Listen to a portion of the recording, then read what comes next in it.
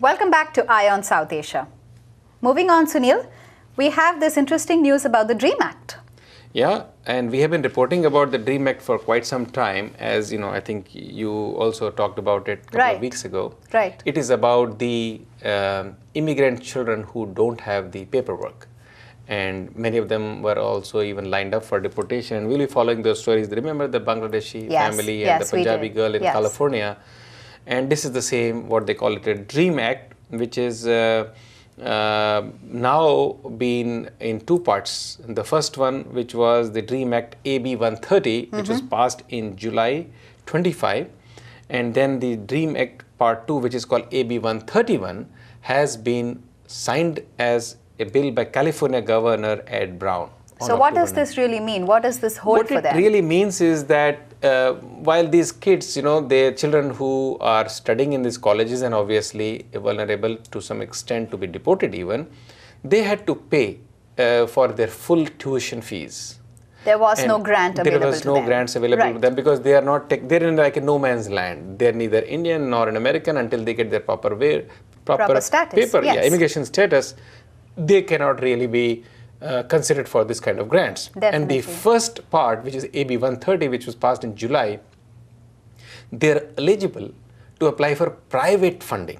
Okay. Private grants. Right. There are private institutions who offer these grants. But now the beauty is they have offered the government grants effective from January 1, 2013, AB 131, will make this limited pool of students eligible to apply for California grants and other state aid. Now, is this available to all the students who fall under that category? Absolutely. So, if you are a regular student living in California or a resident, you are eligible to apply anyway. But these students, while growing up in California, were not eligible to even apply. And now, with this act, they're eligible to apply from about 2013. So, they've given some time before that. And this is what, brings more hope. And it's actually a really smart move if you really look at it, as I think the California Berkeley School of Law, the Law and Social Policy at the University of California Berkeley School of Law, the Earl Warren Institute, the lady, her name is Aarti Kohli. Right. She's the Director of Immigration Policy and Legislative Council. She made a very good comment that it's a very good investment. Correct. They have made through this DREAM Act, because today you're supporting these kids. They're very promising kids, and generally the kids from the South Asia are normally expected to be very smart and very bright. And she thinks the California state has made a good investment going forward. And when these kids grow up and they train themselves very well, they'll be contributing through the good job and good performances. So it's a good observation, and she says California will be well positioned to have them in our workforce soon. Very interesting.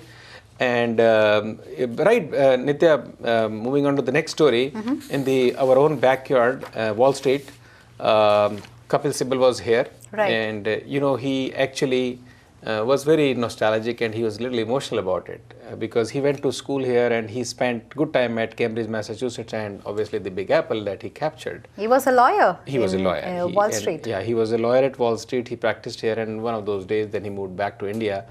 And he was a little emotional while connecting with his past, and he acknowledged that the business community is getting there, but by and large the people of the United States in America have not yet discovered India. Absolutely. Because he feels when he moved to India, he himself did not know enough about it. While there's a continuous talk about the relationship, business relationship, this, that, and center, but truly, there are so many facets that they've not discovered. Exactly. And he says the business community should see India as a land of opportunity, just as India and the world sees United States as a land of opportunity. So, it's a very good thing to make that we need an exchange. We need people to not know only kind of superficially, but people to go to India. I met few businessmen who actually wanted to set up a factory in Lucknow, probably Kanpur. And he went down to India just to do a first line check that should he even go there and open something, because it's so far away from the ports in Gujarat and Bombay, and can he bring his goods that far? So very interesting that what he's saying is they must go and discover India. Definitely. Very, very well said. So moving on to the next story, Nitya, is about this bilingual ballots. I think that is a very interesting and a good piece of news, in fact, for the voting community, for the South Asian voting community, Right. because they are now going to have bilingual ballots in Absolutely. the South Asian languages. What does it tell you? It tells you that there is a clear recognition of the South Asians. Definitely. They understand that, from a study they just found out Richmond Hill, Queens, which is very significantly Indian. There are lots of Punjabis over there, but very, very low turnout. And they did a study and they find out that all the people who were contesting for elections, the candidates had sites which are predominantly, if I may call, white. Right. And they were all English language, and these people don't understand the language. Most of them don't. So they did not communicate. Right. Now they thought it is none of our business to go and vote because they did not know what it meant. So the census has clearly brought it up that the bilingual ballots, translated voter registration forms, and interpreters must now be provided to Asian American voters in 11 states covering 22 cities and counties. Very interesting. And he says, even though we are saying at a top level, South Asian means Indian or Urdu or Bangladeshi, but in Indian, they are going further down and they're talking about Bengali, they're talking about Gujarati, they're talking about Punjabi. So I'm glad that they're understanding the They've community. hit the main areas. Exactly, and they understand that how to touch the community, how to really involve them, not just give them a citizenship, but Right. get to really involve them. And in the past, voters in LA, which is California, Cook County, Illinois, now of course we talked about Queens in New York, and Hamtramck City in Michigan. This is one by one, they are moving on and involving these communities through a language which is easier for them. Definitely. So just imagine the amount of effort that has gone into not only making this decision, but before it, to study them, to actually have invested that time. I think the census study that they did about a couple of years ago, early last year, must have reflected on this. Definitely. So It's a step in a right direction. Exactly. And we have now a little bit of interesting development. Of course, it's in India. And Prashant Bhushan, who is part of Anna Hazare's team, and Anna Hazare is the sort of guiding light in India today, he made a very Interesting statement about I don't think it's Kashmir. interesting. It's very bad remark he made. It's a very badly timed. And again, it's my view. I feel that he didn't have to talk about plebiscite. He didn't have to talk about referendum. He didn't have to talk about the torture of innocent people in the hands of army. It's just not the right timing. We're trying to bring people together. I probably wouldn't say any time is the right time to make this kind of a statement, And, because he has rightly been pulled up. Exactly, and one of our own, the Indo-American Friendship Council founder and head, Dr. Krishna Reddy, who has categorically, made a comment on it that Mr. Prashant Bhushan should have been very smart. And let's see, I think we can get Dr. Krishna Reddy on the phone. Okay. Dr. Krishna Reddy, are you there? We have with us Dr. Krishna Reddy from California, who is the founder of the Indian American Friendship Council, another leading force in the country that has done extraordinary work for our community and continues to be led by Dr. Reddy.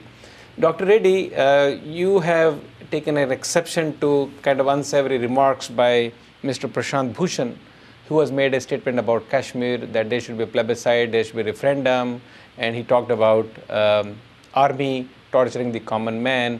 What is the real exception you take to it? What is your view about it? No, it's a very serious matter.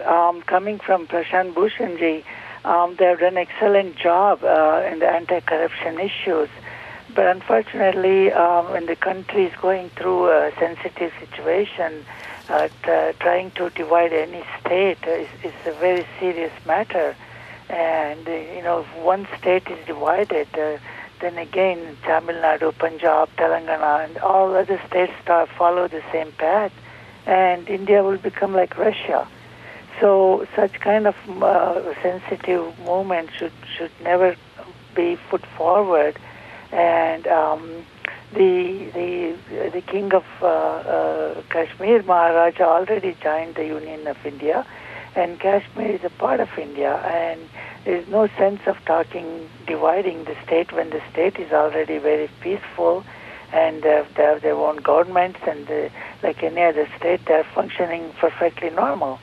And I was very surprised why the issue of separating Kashmir came in. Precisely, And Dr. Reddy, that is the reason we are all surprised. Why do you think he made a comment like this, considering that he's a part of Team Anna Hazare? It's very surprising. First of all, they didn't have any uniform agenda. We asked him, "Are you going to be standing by the same statement?" Yes, he reaffirmed his statement. Yeah, he's still holding on to it. He will stand by with that. Right. It was a very surprising thing in a sensitive situation now, and also blaming the Indian Army. I mean, they have done a beautiful job safeguarding the army. There are thousands of Pakistani paid agents in Kashmir, and the army has to be on the vigilance all the time. And it is the terrorists that are destabilizing the state, and they can't blame the army for that. They're doing their job, and I was very surprised that army is doing the human rights abuse. And not at all. I totally disagree with that. And again, separating Kashmir, the most dangerous part is trying to create another Afghanistan, and then India has to deal with two terror centers, and it will make China to come much closer and much faster to Indian areas. It's very, very serious matter and extremely sensitive matter to bring up in a serious condition now, Yeah, thank you very much, Dr. Reddy. You very well said. Dismemberment of any nation, splitting any part of the world really doesn't make it united. And I think he probably made a statement and a weaker moment. One of these days he will realize it and back off from it. But thank you for taking a stand against it. We appreciate the extraordinary work your organization is doing and taking time to come on our show, Eye on South Asia. Thank you, Dr. Reddy. Thank you, sir. Thank you very much. Thank you, Dr. Reddy. Thank you. Bye-bye. Bye. So, Nitya, this is Dr. Reddy who has been taking, very strong positions on burning issues, and this was one of them, and he took an exception to that. Now we have our own NRI, if I may call, immigrant who studied here and at CIAT, which is the College of Engineering and Architecture and Technology at Oklahoma State University, and that was in '68, and then he moved back to India, and he is the minister now under the current regime in Andhra Pradesh, and he was here and he was inducted in the Hall of Fame. Very, very, very nice feeling. You come here as a struggling student with some dreams. You graduate from here, one of these days you move back for whatever reasons you do, and then you start building the access between the two countries, and then when you come back to your alma mater and they recognize you and induct you in a Hall of Fame, I think it's a wonderful idea. Not just recognize you, bestow you with such honor. Yeah, and now what he did is Dr. Ponala Lakshmaiah, who was inducted, he also came to New York, and obviously, he has a business interest, and he wants to build the commerce part out of it because he has his own portfolios and responsibilities. He met with the head of Deloitte and Bob Chapman, and he invited Bob Chapman to come to Andhra Pradesh, which has been for quite some time, almost a whole decade. After Bangalore and Chennai, Hyderabad was the most happening city until very recently with some political turmoil. I think this is a resurrection process. And he invited Bob Chapman to come back and invest in India. And with him was the managing director of the international desk of Jones, LaSalle, which is the real estate agent in India, Samir Chopra. And very clearly, he was given a very good response by Bob Chapman, who told him that they are very interested to invest about $200 to $300 million and open more centers in India, but they're looking for help on the real estate side, more favorable, space, and infrastructure set up. So I think he did good shopping around here and took it upon himself to bring more business to his state. So while he thanked his alma mater, he built some business. He's a smart guy.